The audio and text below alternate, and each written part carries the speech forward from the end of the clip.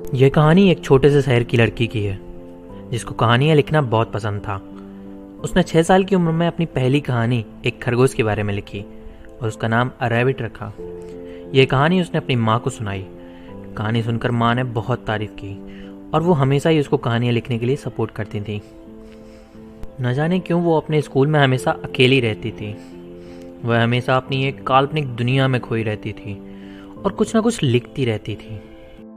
जब वह 16 साल की थी तब उसकी दादी गुजर गई, जिनके वह सबसे ज़्यादा करीब थी। लेकिन वो कहते हैं ना, ज़िंदगी में तो कभी अकेले नहीं आते। पिता के साथ भी रिश्ते खराब हो चुके थे और उसकी माँ बहुत बीमार हो गई थी।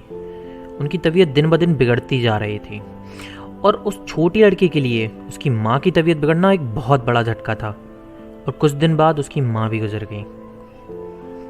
वह अंदर से टूट गई थी। दिन धीरे धीरे गुजरने लगे और एक दिन अखबार में एक इंग्लिश टीचर की जॉब का ऐड देखा जो कि पुर्तगाल में थी। वह एक नई ज़िंदगी की शुरुआत करना चाहती थी, इसलिए वह नौकरी के लिए पुर्तगाल चली गई। वहाँ उसका मन लग गया था और नौकरी के कुछ दिन बाद एक टीवी जर्नलिस्ट लड़के से मिली। उन दोनों में बातें हुई। उन दोनों को एक दूसरे की बातों में इंटरेस्ट होने लगा। साथ रहना अच्छा लगने लगा था और जल्द ही वो दोनों एक दूसरे के साथ बहुत सारा टाइम गुजारने लगे। 1 साल बाद उन दोनों ने शादी कर ली, जिसके बाद उनको एक बहुत खूबसूरत लड़की हुई। लेकिन फिर से एक बार उसकी लाइफ में दुखों का पहाड़ टूटने वाला था। उसका अपने पति के साथ झगड़ा होने लगा और एक दिन उसके पति ने उसको घर से बाहर निकाल दिया। वह जैसे तैसे अपना और अपनी बेटी का गुजारा करती। यह उसकी ज़िंदगी का सबसे बुरा वक्त था और उसने सोच लिया था कि अब कुछ नहीं हो सकता। वह बुरी तरह से हार चुकी थी, लेकिन अपनी गोद में लेटी हुई छोटी सी बच्ची का फ्यूचर खराब नहीं करना चाहती थी। इसलिए उसने अपना फैसला बदल लिया और उसने सोच लिया कि मैं एक बहुत अच्छी फैंटेसी नोवेल लिखूंगी।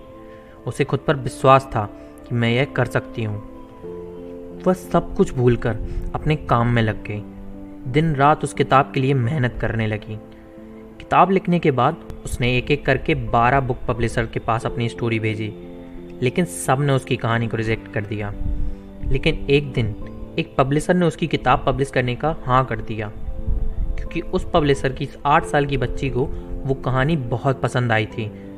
उस पब्लिशर ने किताब पब्लिश करने के साथ साथ उसको फुल टाइम नौकरी भी दी और उससे और भी इस तरह की किताबें लिखने को कहा।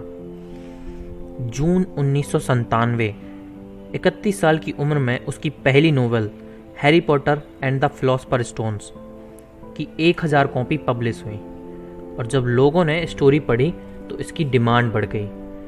5 महीने बाद उस किताब ने एक अवार्ड भी जीता और आज J.K. रोलिंग एक दुखी, गरीब, अकेली माँ से one of the best selling book की ऑथर बन चुकी हैं। आज के दिन उनकी 7 किताबों की सीरीज़ की 450 मिलियन से भी ज़्यादा कॉपीज़ बिक चुकी हैं। यह सफलता एक रात में नहीं मिली थी। इसके लिए उन्होंने बहुत संघर्ष किया। अपनी बेटी की देखरेख करने के साथ साथ किताब लिखना, बिना नौकरी के रहना और सबसे बड़ी बात, अपने डिप्रेशन से बाहर आना। यह सब कुछ ना हो पाता अगर उनको खुद पर विश्वास ना होता। इस कहानी के ज़रिए मैं आप सबको यही बताना चाहता था कि खुद पर विश्वास करने की ताकत क्या होती है। अगर युद्ध से पहले ही हम हार मान लें तो हमारी हार तो निश्चित है, लेकिन अगर उसी युद्ध को हम अपनी जीत को लक्ष्य बनाकर लड़ते हैं तो हमारी जीत निश्चित हो जाती है। ऐसे ही और मोटिवेशनल स्टोरीज के लिए हमारे चैनल को सब्सक्राइब जरूर कर लें। Thank you.